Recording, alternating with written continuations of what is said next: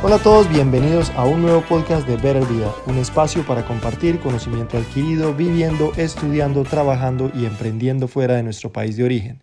Les hablan Edwin Calvache y Paula Restrepo, esposos, padres y compañeros de proyectos. Nuestro tema de hoy es proceso de reclutamiento y contratación en los Estados Unidos. Hola a todos, bienvenidos nuevamente a otro capítulo de Better Vida. Hoy queríamos concentrarnos un poquito en explicar el proceso de contratación, de reclutamiento, de selección que existe en los Estados Unidos. Nosotros hemos venido haciendo varios podcasts relacionados con el tema, pero considerábamos que era importante que la gente conociera un poquito como el tema más de manera global, ¿cierto? Entonces, como quien dice, si yo quiero empezar a aplicar a un trabajo, si quiero empezar a solicitar un trabajo en Estados Unidos, ¿qué es lo que va a pasar? ¿Cómo es que las empresas lo hacen? ¿Qué es lo que debo esperar? ¿Cuáles son las cosas que tengo que hacer, que tengo que tener en cuenta, con qué me tengo que preparar y qué tengo que saber? Entonces, básicamente queríamos hacer eso. Yo quiero empezar explicando que normalmente en los Estados Unidos las empresas, cuando tienen una necesidad específica de contratación, pues lo primero que hacen es que generalmente buscan internamente si los candidatos o si las personas que están trabajando ya en las empresas, pues de pronto puedan solicitar a un trabajo que se relacione con la necesidad específica que están teniendo en ese momento. Y que cumplan básicamente con todos los requisitos requeridos para ese trabajo específico. Correcto. Entonces, digamos que no lo encuentran al interior. Hay muchas empresas que tienen diferentes maneras de contratar. Hay empresas que quieren contratar directamente, como se los dije, de manera interna. Hay empresas que solamente les interesan las referencias internas de sus propios empleados. Y hay empresas que deciden pues, empezar a buscar talento por fuera. Generalmente y ahorita hay una política generalizada en las empresas que es que pues las empresas quieren demostrar que están siendo justas en sus procesos de contratación.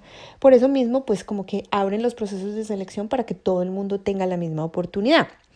Entonces, ¿qué hacen las empresas cuando quieren empezar a buscar talento? Entonces, lo primero que hacen es que generan un documento del que hablamos en el último podcast, que fue el número 47, de por qué es importante personalizar el resumen o la hoja de vida, que se llama el job description o la descripción del trabajo.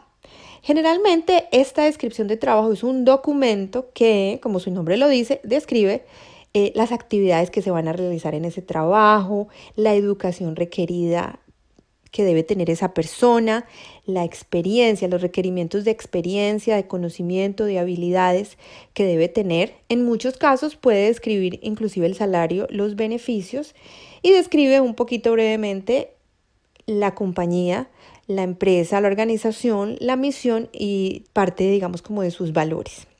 Ese sería como el documento del job description, que es lo primero que las empresas generan internamente para poder digamos que anunciar el trabajo. Entonces, generalmente ese job description se ubica en la parte de la página web de las empresas de carreras. Si ustedes, digamos, entran en este momento a la página web de una empresa que quieran trabajar, lo primero que deben de hacer si quieren saber si hay trabajos o oportunidades en esa empresa es ir a la parte de carreras o careers, y allí van a encontrar el listado de posiciones que están abiertas, y cuando, digamos, se le da clic a una de esas posiciones, pues lo que se van a encontrar es este documento que les acabo de escribir, que se llama el job description o la descripción del trabajo.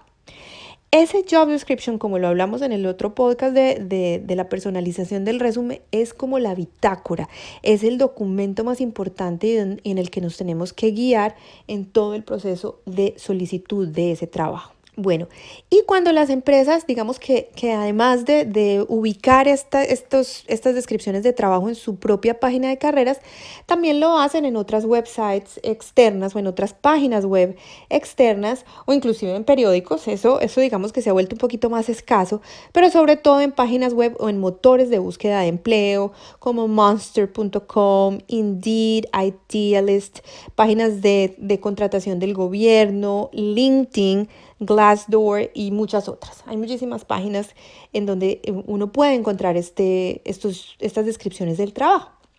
Entonces, inicialmente es entender muy bien, leer muy bien esas descripciones de trabajo, y si uno cumple con al menos el 80% de esa descripción y de los requerimientos, pues uno puede empezar a considerar la posibilidad de solicitar ese trabajo. Generalmente también esas descripciones de trabajo dicen muy claramente cuál es el proceso que las personas deben seguir para solicitar ese trabajo. Generalmente el proceso es enviar el resumen o la hoja de vida, y en algunos casos enviar el cover letter o la carta de presentación, que también tenemos un podcast relacionado con el tema, que es el número 44. Digamos, si quieren ir a visitar nuevamente nuestra página web y buscar el podcast número 44, allí van a encontrar más información sobre el cover letter o la carta de presentación.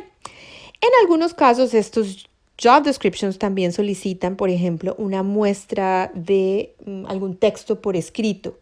Si el trabajo requiere, digamos, de ciertas habilidades de escritura, pueden solicitar, digamos, eso les llaman un writing sample, una muestra, digamos, de cómo es la forma de uno escribir.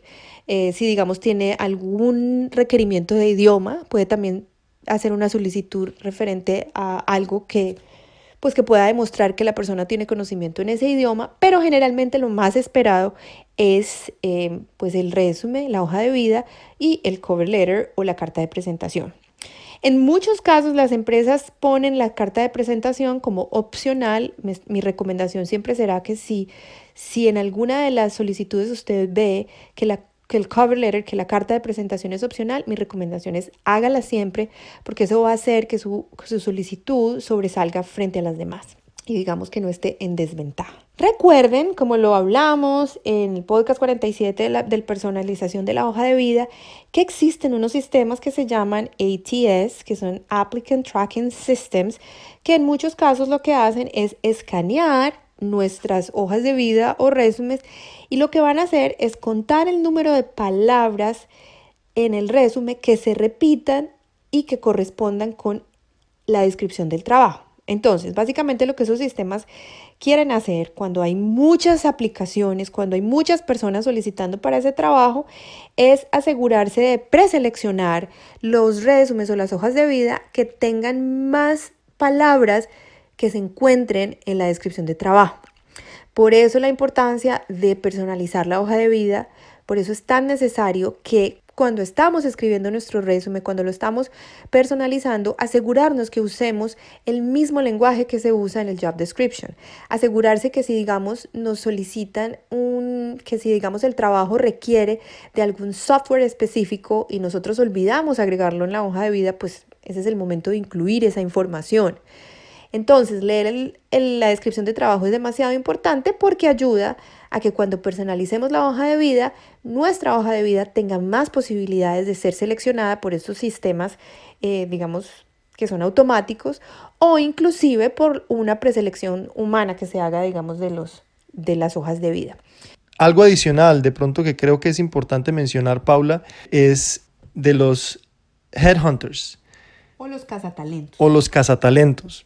Es algo que también se utiliza mucho aquí en los Estados Unidos. De hecho, en mis 2 últimas contrataciones para diferentes empresas han sido a través de cazadores de talentos. Estas son personas que trabajan de 2 maneras.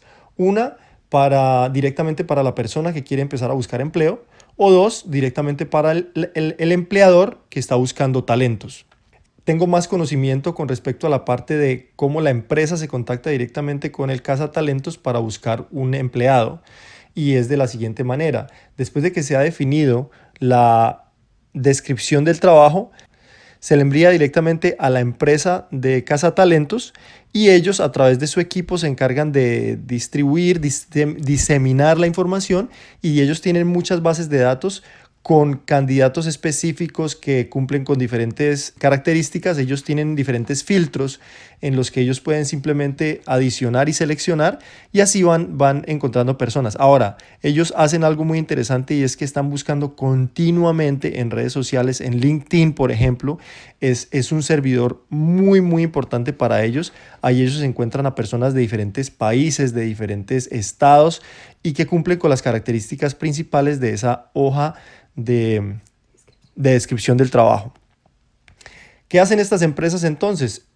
Van y contactan a la persona sin importar que tenga o no tenga trabajo directamente y empiezan una conversación y establecen si esa persona está interesada en de pronto escuchar una nueva oportunidad, y si está interesado, pues lógicamente siguen con el proceso, y si no, pues entonces siguen con otra persona, buscan otra persona. Bueno, es muy importante que pensemos también en este tema de los cazatalentos, que cuando alguien, digamos, nos llama, pues de pronto en principio nos podemos sentir como, venga, pero usted ¿por qué me está buscando para ayudarme a encontrar trabajo? Esto es normal que suceda, generalmente ellos reciben el pago, es cuando encuentran a ese talento específico, cuando la empresa los contrata y es cuando ellos realmente reciben su pago. De todas maneras, mi recomendación es que pues también abran el ojo y que no se confíen de cualquier persona que los llama, que hagan una investigación, le pidan el nombre a ese cazatalentos y puedan de pronto buscar en LinkedIn si realmente es una persona que está trabajando para la empresa que dice trabajar, si existe como tal, pues digamos porque empieza uno a dar información más específica. En estos procesos de selección no debe haber dinero de por medio. A menos que uno le esté pagando a alguien y que uno decida, mira, yo me voy a buscar trabajo, le voy a pagar esto, ¿cierto? Pero en estos procesos de selección y donde haya cazatalentos, no debe haber dinero de por medio. Nadie le debe decir a uno como, venga, yo le voy a ayudar a buscar trabajo y si usted encuentra, pues me paga una plata. No, eso no se ve acá en los Estados Unidos. Entonces tengan cuidado con esa parte, no den información personal más allá, no den su número de seguro social y tengan, de pronto, un poquito de cuidado con eso. Pero también es importante saber que los cazatalentos existen, que en el caso, digamos, de Edwin, 2 personas lo han encontrado a través de LinkedIn y le han ayudado a, digamos, con sus recientes procesos de contratación. Entonces esto existe, sencillamente que también tenemos que abrir el ojo para que no nos engañen. Bueno, y lo último que quería decir con respecto a los cazatalentos es que, por ejemplo, en este caso, en la empresa donde yo trabajo, yo estoy necesitando a una persona con determinada experiencia.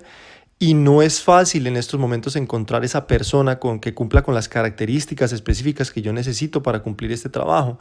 Entonces este cazatalento lo que hace es ir a buscar específicamente y casi que robarse esos talentos de otras empresas a través de simplemente un contacto primero que todo, y después lógicamente a través de tratar de mejorar unos beneficios y unas condiciones económicas. Y eso es normal, todas las empresas en este momento lo están haciendo. Una vez, digamos que nuestra hoja de vida ha sido seleccionada, entonces lo primero que va a suceder es que nos van a llamar o nos van a mandar un email para solicitar una primera entrevista.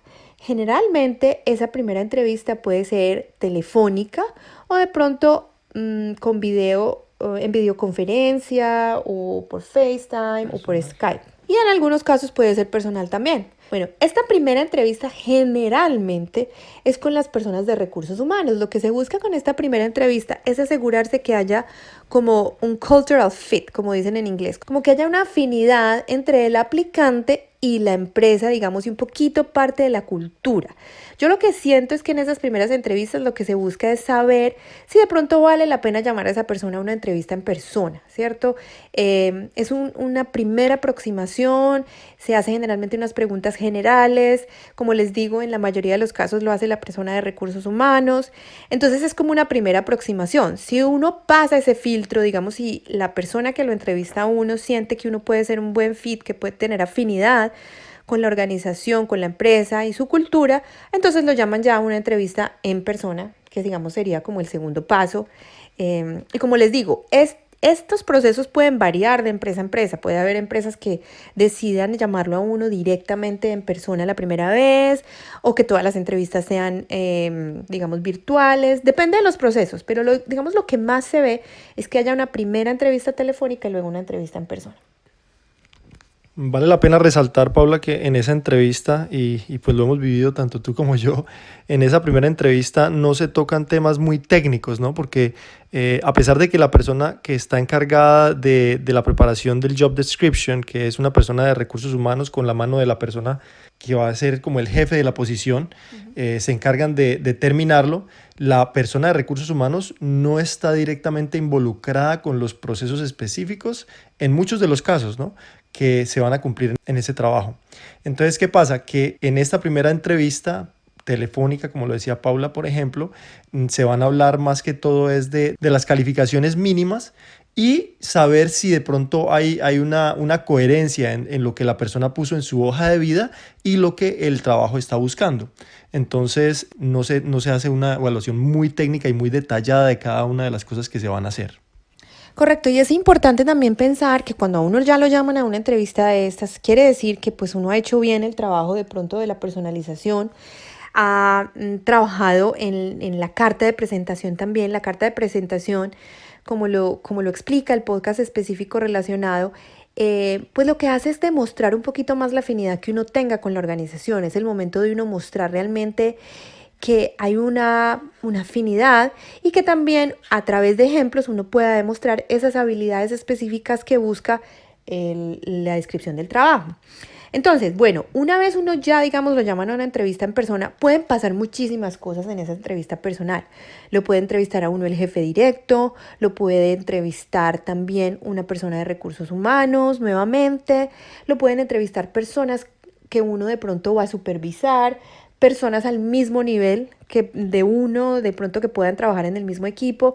Se puede uno encontrar con cantidad de cosas diferentes durante una entrevista en los Estados Unidos. Por eso es muy bueno que uno vaya preparado con copias adicionales del resumen o de la hoja de vida y que esté uno preparado, digamos, con tiempo suficiente, unas 2, 3 horas, que uno pueda, digamos, estar allí porque uno nunca sabe qué pueda pasar. En muchos casos también he visto que las personas llegan a las entrevistas y les hacen algunos exámenes técnicos relacionados con la posición. Y la otra cosa, la otra sorpresa con la que uno se puede encontrar es que puede tener una entrevista en panel, a manera de panel, que quiere decir que más de una persona lo va a estar entrevistando a uno al mismo tiempo. Entonces son, digamos, 3 personas sentadas que pues sencillamente están haciéndole preguntas pues a uno. Ahora, muchas veces hay una tercera ronda y puede haber hasta una cuarta ronda de entrevistas. Muchas veces, digamos, si uno no tiene la entrevista particular, en los casos en los que les mencioné, es en primer día de entrevistas, entonces a uno lo llaman después para que se entreviste con personas del equipo, con otro jefe, con una persona con la que uno va a tener una relación transversal. En fin, existen muchas maneras. Ahora, después de que uno llega de la entrevista y llega a su casa, la recomendación número 1 es siempre escribir algo que le llaman aquí las notas de agradecimiento o thank you notes. Eso es fundamental que se haga dentro de las siguientes 24 horas después de la entrevista. Entonces, una vez uno termina la entrevista, es importante tener la información de contacto de todas y cada una de las personas que lo entrevistaron a uno.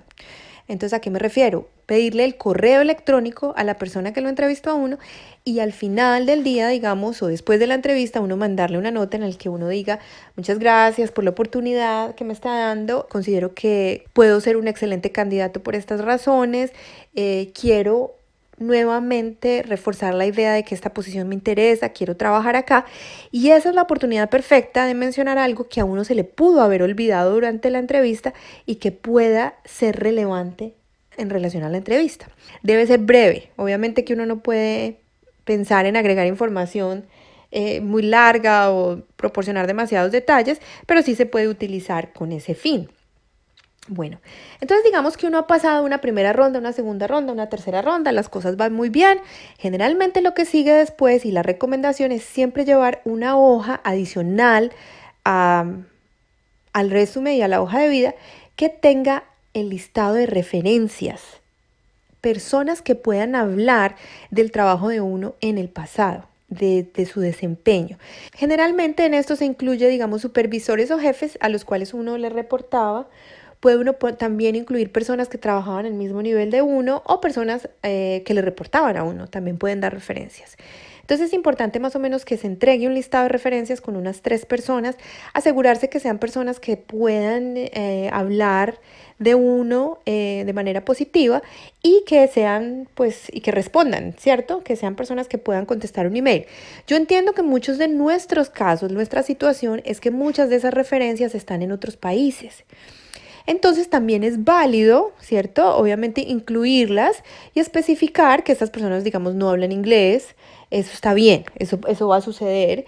Y si las empresas realmente están interesadas en el trabajo de uno y en la experiencia de uno, pues van a encontrar los recursos necesarios para entrar en contacto con esas personas y obtener la información de referencia que se necesita. Lo que yo he visto en muchos casos es que las empresas mandan correos electrónicos que llevan a estas personas que van a dar referencias como a un link específico donde pueden contestar unas preguntas, o en muchos casos las llaman directamente y digamos obtener información de uno, ¿cierto? Y de su trabajo y de su desempeño en el pasado.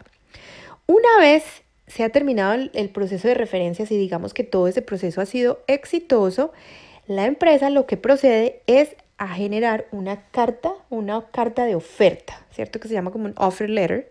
En ese offer letter se describe básicamente, digamos, las condiciones del trabajo, que ya pueden ser un poco más específicas, los beneficios que incluirían, digamos, las vacaciones, los sistemas de pensión, el salario obviamente está incluido allí y digamos otros beneficios que a veces las empresas pues quieran otorgar a sus empleados. Yo he visto, por ejemplo, casos en que las empresas otorgan digamos una cantidad de dinero por si las personas quieren estudiar, seguros de vida, todo digamos, el tema de salud. Transporte.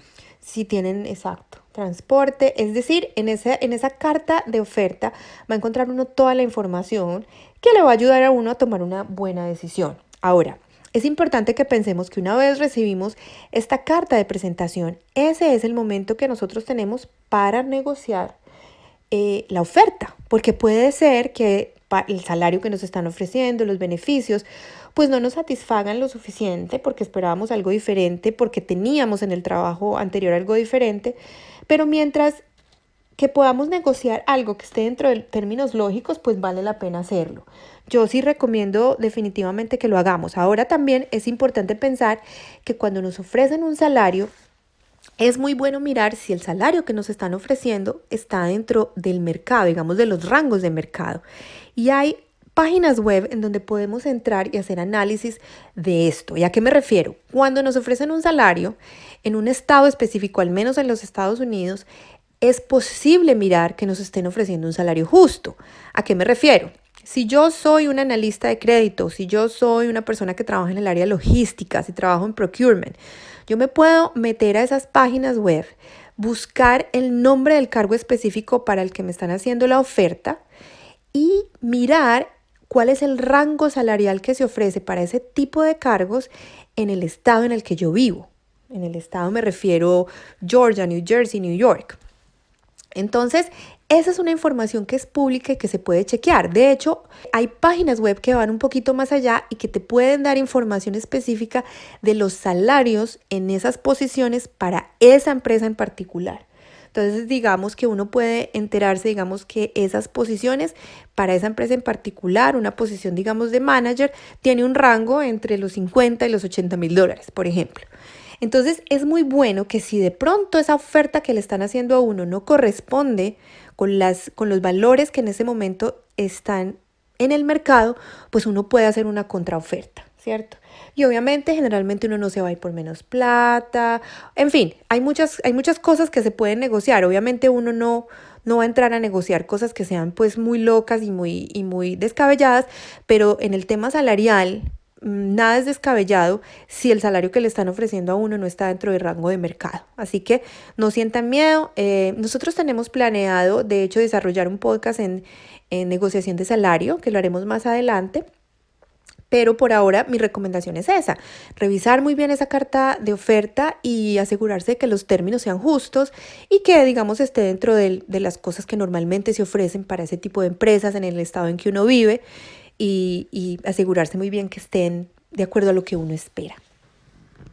Ahora, Paula lo decía bien, esto solo va a pasar en el momento en que tú seas un candidato muy fuerte y ya llegues a la última instancia en el proceso de contratación, ellos te van a mandar una oferta. Entonces vale la pena que tú empieces a pensar y te prepares para cuál sería el salario que a ti te va a hacer tomar ese trabajo, ¿cierto? ¿Cuál es ese rango que tú dices, bueno, por esto sí me voy, por esto no me voy? Y es importante por lo siguiente que te voy a decir. Hay ocasiones en que la empresa, antes de enviarte la carta de oferta laboral con el salario y con los beneficios y con todo lo que Pablo acaba de explicar, ellos te van de pronto a hacer una llamada y te van a decir, Edwin, por ejemplo, mira, estamos muy interesados en ti, te vamos a mandar una oferta y este es el salario que estamos pensando. ¿Estás de acuerdo? Y ellos están haciendo eso básicamente porque en ese momento ellos como que quieren cogerte fuera de base y decir, si tú aceptas, ellos te mandan la carta por eso y ahí ya pierdes prácticamente la forma de negociar. Entonces, si ellos se te están adelantando con una llamada, en ese momento tú deberías estar preparado y decir, espérate un momentico, ese valor salarial o esa oferta que me estás haciendo es como la última o hay Espacio para la negociación. hay espacio para la negociación, ¿cierto? Entonces, por eso te digo que vale la pena que estés preparado para esta pregunta, ya sea con una llamada que te hagan o ya sea en el momento en que te manden la carta final de oferta. Bueno, y aquí hay algo muy importante que yo quiero resaltar y es que muchos de nosotros como inmigrantes, digamos que cuando finalmente conseguimos ese trabajo profesional que corresponde con nuestras habilidades y nuestra experiencia previa en nuestro país de origen, en muchos casos estamos trabajando en, digamos, oficios de supervivencia. Y en muchos casos, en estos procesos de selección, la pregunta que hacen, digamos, los reclutadores es, ¿usted cuánto se está ganando? Entonces eso puede ser un arma de doble filo, ¿cierto? Porque si yo realmente digo el salario que me estoy ganando, pero el salario que me estoy ganando corresponde con un trabajo de supervivencia, pues obviamente no va a corresponder con mi nivel profesional. Entonces hay que estar preparados y hay que haber hecho la tarea de investigar bien cuánto es que una persona se debe estar haciendo para esa posición específica. Entonces, una buena respuesta sería, mire, yo en este momento tengo un trabajo de supervivencia en el que me estoy haciendo una cantidad de dinero, pero basada en la investigación que he hecho de esta posición para la que yo tengo experiencia, que está demostrada en mi hoja de vida y en mi experiencia fuera del país, sé que, que para esta posición más o menos se están pagando dentro de un rango de X plata y X plata. Entonces, es bueno tener esa información y estar preparado, sobre todo cuando tenemos esos trabajos de supervivencia, porque muchas veces las empresas le ofrecen a uno el salario con base en lo que uno se está haciendo en la actualidad, ¿cierto? Ellos quieren ofrecerle a uno entre 5 y 10 mil dólares más, algunas veces es más, pero es bueno estar preparados con, digamos, información específica de la industria, del sector, de la posición y del estado que corresponda con ese salario que uno pues está esperando ganarse, ¿cierto? Entonces no dejar, digamos, que nuestra situación actual, si estamos, digamos, en ese proceso de transición, aprendiendo el idioma, preparándonos, pero obviamente tenemos un trabajo que nos ayuda, digamos, como a solventar nuestras necesidades, pues es bueno que estemos preparados con esa información para que, digamos, el brinco salarial que demos, pues sea el justo y el correspondiente con la industria y digamos, las características del trabajo. Bueno, como lo decía Paula, vamos a tratar ese tema de la negociación salarial en otro podcast, pero para terminar de pronto este punto del salario, quiero comentarles algo que leí hace mucho tiempo en una revista, en un artículo que estaba leyendo, y decía, tú no te vas a ganar lo que tú te mereces o que crees que te mereces si no lo pides. Tú te vas a ganar lo que tú pides. Y eso es basado en la experiencia que tienes. Así que te invito a que hagas la tarea completamente, verifiques cuál sería un rango salarial apropiado con la experiencia que tú traes al nuevo trabajo. Y bueno, yo quiero compartirles algo aquí bien curioso e interesante y es algo que me sucedió lógicamente cuando yo estaba saliendo de la transición de terminar mi maestría, empezar a buscar trabajo profesional aquí en los Estados Unidos. Y fue un poco distinto a lo que acabamos de mencionar en cuanto al proceso de selección.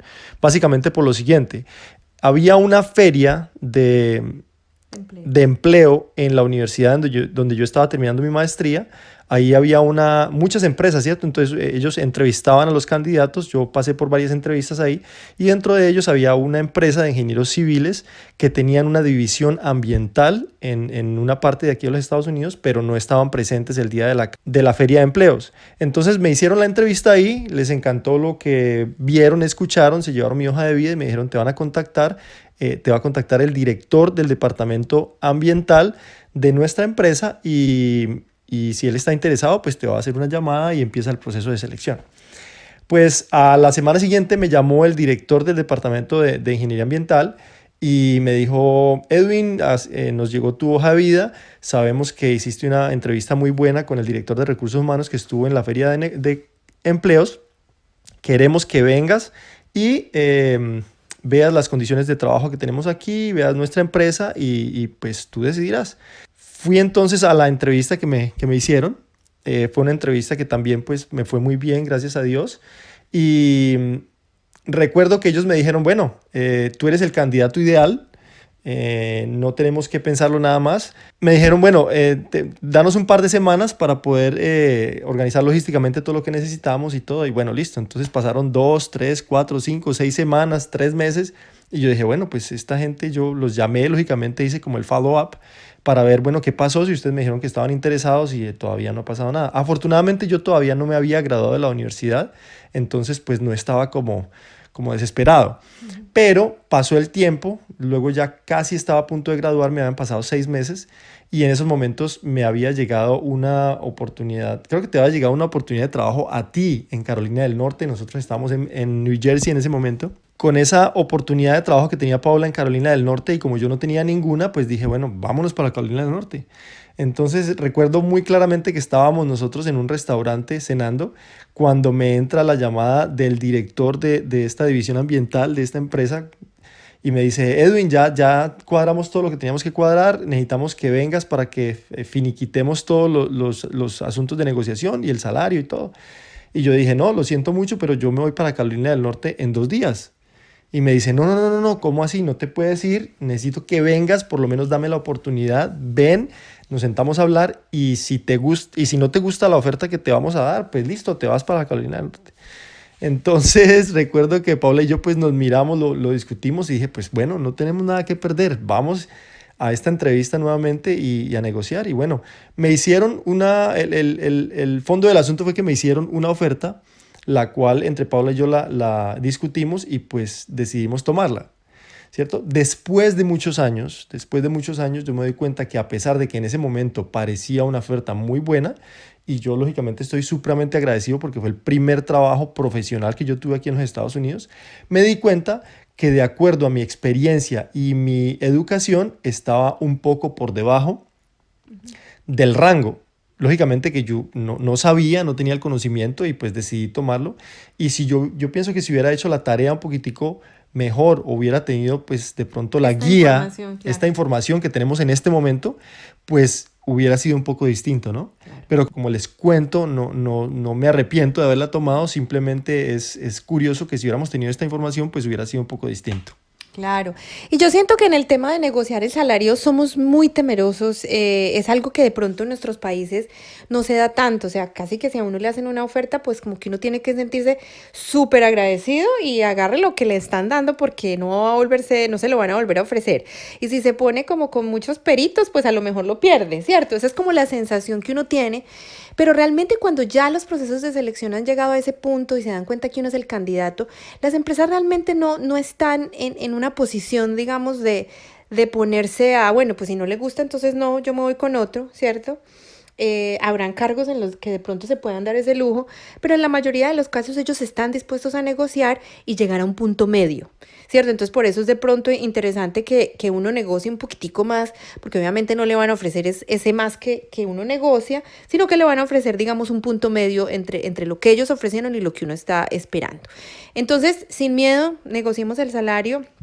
En los Estados Unidos es una cosa supremamente normal que pase y bueno, digamos que hemos pasado ese proceso de negociación o que la oferta que nos hicieron pues nos encanta y estamos satisfechos, está dentro del rango de mercado, no hubo mucha negociación que hacer, entonces digamos que se procede a firmar esa carta de oferta, se envía a la empresa y ya se hace como formal la contratación. Normalmente como les dije, estas personas van a llamar las referencias previo al ofrecimiento, generalmente. En algunos casos se hace un chequeo del pasado de uno. Aquí se llama un background check, que lo que hacen es que contratan empresas que chequean básicamente que uno esté diciendo la verdad digamos, de la experiencia de su hoja de vida, en fin. Entonces, bueno, estar preparados para eso. Una vez se firma la oferta, digamos que las cosas están listas y ya pues uno pacta el día en el que uno va a empezar. Generalmente acá en Estados Unidos, si uno tiene trabajo, uno generalmente lo que se espera es que se den 2 semanas de preaviso. Hay empresas que pueden requerir más, que pueden requerir menos, pero digamos que uno generalmente, pues es decisión de uno cuánto tiempo de preaviso quiere dar y 2 semanas está bien, está dentro de lo esperado. Como les digo, hay muchas variaciones a este proceso. Hay empresas que lo hacen de muchas maneras, hay industrias que lo trabajan de diferentes maneras, pero básicamente lo que queríamos darles era una idea general de cómo es este proceso de reclutamiento. Vamos también a desarrollar un podcast específico en la parte de entrevistas. Creo que en la parte de entrevistas nos van a tomar tal vez unos 2 podcasts porque las entrevistas son súper importantes, tienen muchos componentes y quisiéramos explicar ahí mucha más información, pero creo que esto era lo que queríamos darles hoy, que tuvieran una idea de cómo es este proceso de reclutamiento, contratación, y por favor los invitamos a que nos manden preguntas. Sé que digamos hay partes donde tratamos de cubrir de manera muy general, pero si hay preguntas específicas, por favor no olviden escribirnos a nuestro correo info@bettervida.net o en nuestras redes sociales, en Instagram y en Facebook nos pueden también escribir. Y gracias a todos por escucharnos. Esperamos siempre generar espacios de discusión y aprendizaje. Los esperamos en el próximo podcast porque siempre habrá una Better Vida.